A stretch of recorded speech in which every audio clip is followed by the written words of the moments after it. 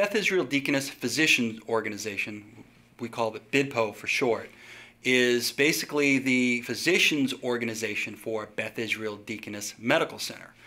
BIDPO's role is basically to act on the physician's behalf and also being able to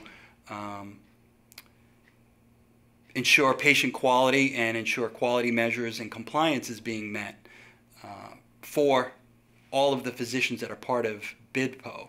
BIDPO is made up of owned or employed physicians and owned and employed physician practices, as well as private and non-owned physicians.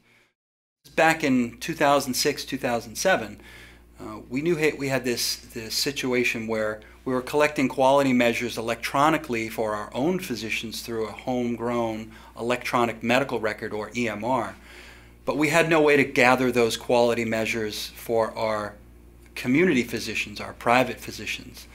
So we needed some way to be able to gather those quality measures.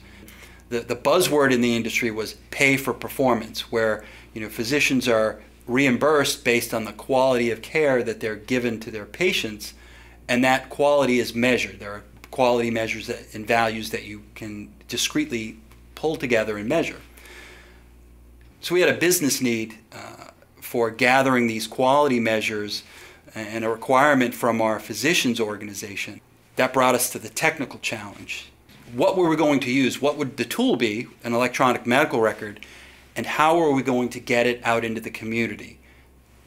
And when we got it out into the community, how do we securely manage or become the stewards of all of this patient information, this confidential data? Our goal, literally from the beginning of this project, once we knew we were going down this hosted model where we were going to be the stewards of this medical information, was security. We did not want to have what we like to call internally the globable event, meaning we end up on the front page of the Boston Globe for a data breach. How do we put an electronic medical record out there, expose it to the internet? We're getting attacked every 10 seconds and feel secure in what we're doing. The entire private cloud and the project was built around the security, not the other way around. We didn't build something and say, okay, let's lay security on top. It's, we must have this level of security, so how do we build the infrastructure, bringing in tools, utilities, software to give us the model we need in a secure way. And that's where we started working with Deep Security. And you look at, we run a Windows environment. All of our operating systems are a Windows 2008 server environment, both on the physical and virtual layer. So we have the Windows security, the operating system level security concerns, but we also have the application, the clinical application level security concerns. And this is really where the meat of the matter is for us. Our real, what's the thing that keeps me awake at night, is the security concerns on the application layer itself, a clinical application that contains all of this patient health information. How do we manage that?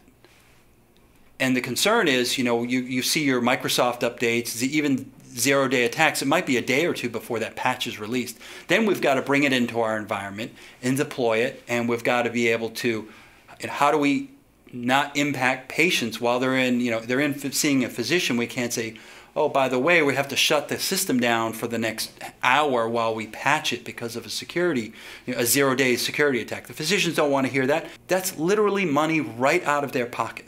And it's certainly not good for patients. So we have to be able to ensure that they can see their patients and have access to the data when they need it. And this is where virtual patching has been a lifesaver, because we're able to confidently patch our environment for operating system patches to application layer security flaws and fix it in a way that gives us confidence that we can leave it there live, not impacting the physician or the patients, and make the fixes at some point down the road when we have scheduled downtime and everyone knows that the system is going to be offline. Without deep security virtual patching, we would not have been able to bring this project live. Not only when we brought it live for our initial pilot practices, but moving forward day to day, because there would be no way to really feel secure that you've got those threats under control.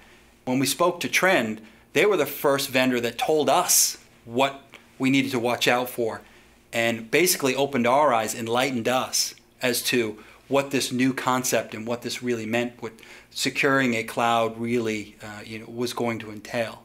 And I think at the time, it was a slam dunk. We knew these were the guys we needed to work with. Deep Security Virtual Patching is the tool of all of our security pieces that allows me to sleep at night, because we can feel confident that by leveraging virtual patching, that our environment from the operating system level to the application layer are patched and secured through the due diligence that we can look at today, and know that when we're getting attacked every 10 seconds, we have confidence in the environment for being secure.